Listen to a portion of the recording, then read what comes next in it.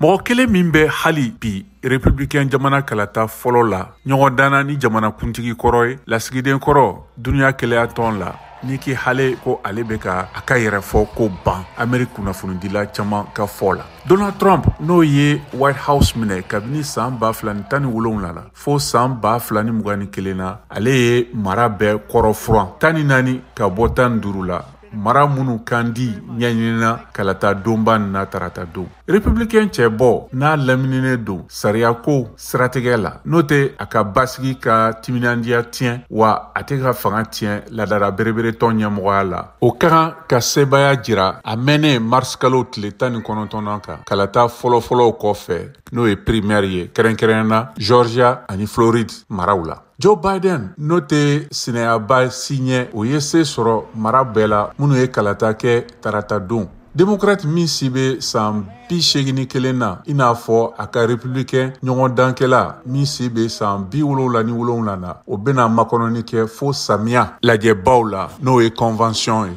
walasa u ka sugandi u ka jɛkulu fɛ. N'a ma kɛ bɛlɛkɛ ye walima kɛnɛya kasara si ma kɛ nka u ɲɛ bɛ novembre kalo tile 5 na ka ban. A lamininen a dɛmɛbagaw fɛ minnu lajɛlen bɛ a ka Florida sigiyɔrɔ cɛnnen na Donald Trump ye tarata don kalata tanu ko u la dumanba. Sɛgɛsɛgɛliw y'a jira ko nin kɛlɛ nin min bɛ ka kɛ san 70 ni san 80 cɛ o tɛ wotekɛlaw nisɔndiya kosɛbɛ nka Joe Biden dalen b'a la hali bi ko ale de ye cɛ bɔ ɲuman ye Donald Trump kɛlɛli la. Ne kelen de y'a bɔgɔ wa ne bɛna bɔgɔ tugun a y'o fɔ a ka ɲininkali dɔ kɔnɔ min gansira tɛnɛndon New Yorker fɛ.